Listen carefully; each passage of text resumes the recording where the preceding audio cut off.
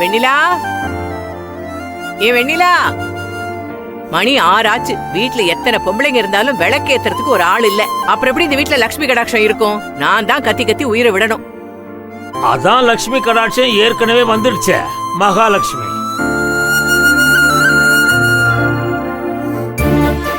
கௌரி, ஒரு காஃபி போட்டு கூட.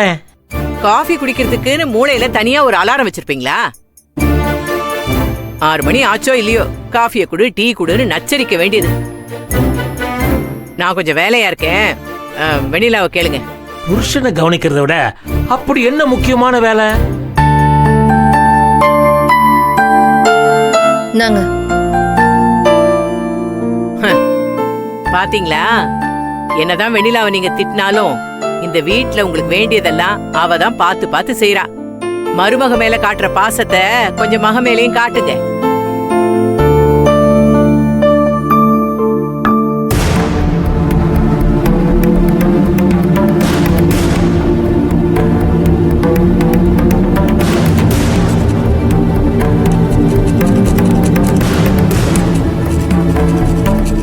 அது இருக்கட்டும் கௌரி, இப்ப நீ என்ன பண்ற?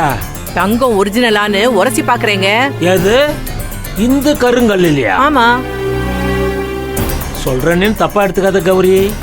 ஆள் வளர்ந்த அளவுக்கு உனக்கு அறிவு சுத்தமா இல்ல கௌரி. கடையில எல்லாம் இந்த மாதிரி கல்ல தானே தேய்ச்சி பாக்குறாங்க, அதான் நானும் பாக்குறேன். கௌரி, அது வேற கல்லு. இதுல தேய்ச்சா இருக்கிற தங்கமா அதுல ஒட்டிக்கும். சரி சரி, இப்ப அத தேய்ச்சி பார்க்க வேண்டிய அவசியம் என்ன? திருடன் கைக்கு போயிட்டு வந்திருக்கு, அதோட தரத்தை சோதிச்சு பார்க்க வேண்டாமா? திருடன் கைக்கு போயிருக்கலாம், ஆனா கிடைச்சது போலீஸ் கையில.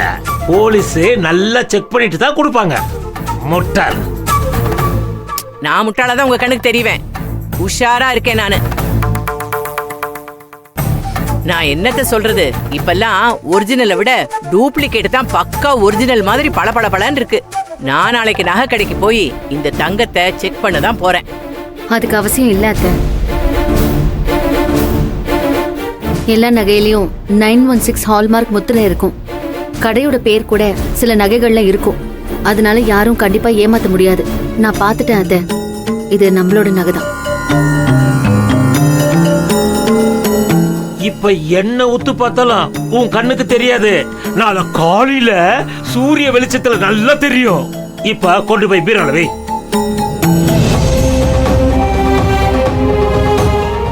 அம்மா, பாபு விஷயம் என்னமாச்சு? அது அஸ்வின் தான் பண்ணான்னு அவனே வந்து சொன்னதுக்கு அப்புறம் ஆதாரத்தை தேடி அலைய வேண்டிய தேவையில்லாம போயிடுச்சு. 10 லட்சம் பாபா அண்ணாவோட தானே பேங்க் ஸ்டேட்மெண்ட், அக்கௌண்ட் டீடைல்ஸ் காமிச்சு லஞ்சம் வாங்கினதா சொன்னதெல்லாம் பொய்யன்னு நிரூபிச்சு வெளியில கொண்டு வந்துட்டோம் மாமா.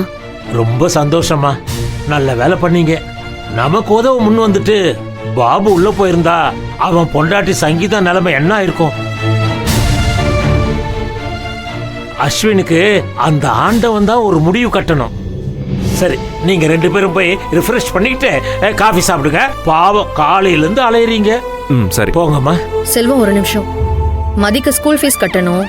போன மாசமே சொல்லியிருந்தேன்டா, நீ மறந்துட்ட. நடந்த பிரச்சனைல அதை மறந்தே போயிட்டேன்க்கா. இப்போதைக்கு என்கிட்ட சுத்தமா காசு இல்ல. ஒரு வாரத்துல கட்டிடுறேன்க்கா. என்ன சொல்ற நீ? சுத்தமா காசு இல்லையா? முந்தா நேத்து கார்மெண்ட்ஸ்ல புனிதா ஏதோ அவசரம்னு சொன்னப்ப 30,000 ரூபாய் அட்வான்ஸ் கொடுத்தல்ல, அப்ப கூட உனக்கு ஞாபகம் இல்லையா? அத நீங்க பாத்திருந்தா அப்பவே அவர்கிட்ட சொல்லிருக்கலாமே அண்ணி. மதிக்கு ஃபீஸ் கட்ட வேண்டியது இருக்குன்னு கொஞ்சம் ஞாபகப்படுத்திருக்கலாம்ல. இல்லனா என்கிட்ட கூட சொல்லிருக்கலாம்ல. மகா, நான் என் தம்பி கிட்ட பேசிக்கிட்டு இருக்கேன். என் பொண்ணுக்கு ஃபீஸ் கட்டுன்னு நான் அவன் கிட்ட தான் உரிமையா கேட்க முடியும். ஆனா அவன் தான் இப்ப என் தம்பியே இல்லையே. அக்கா, இப்ப நீ கோவப்படுறதுக்கோ இல்ல வருத்தப்படுறதுக்கோ இது அவ்வளவு பெரிய விஷயம் இல்லக்கா. நான் ஸ்கூல்ல பேசுறேன்க்கா. ஒரு வாரம் டைம் கேட்டு நான் கட்டிடுறேன். சரியா? அவ்வளவுதானே? என்னது அவ்வளவுதான் விடவா? ஓ, உனக்கு நானும் என் பொண்ணும் அவ்வளவுதான் இல்ல? அக்கா, நான் அந்த அர்த்தத்துல சொல்லலக்கா.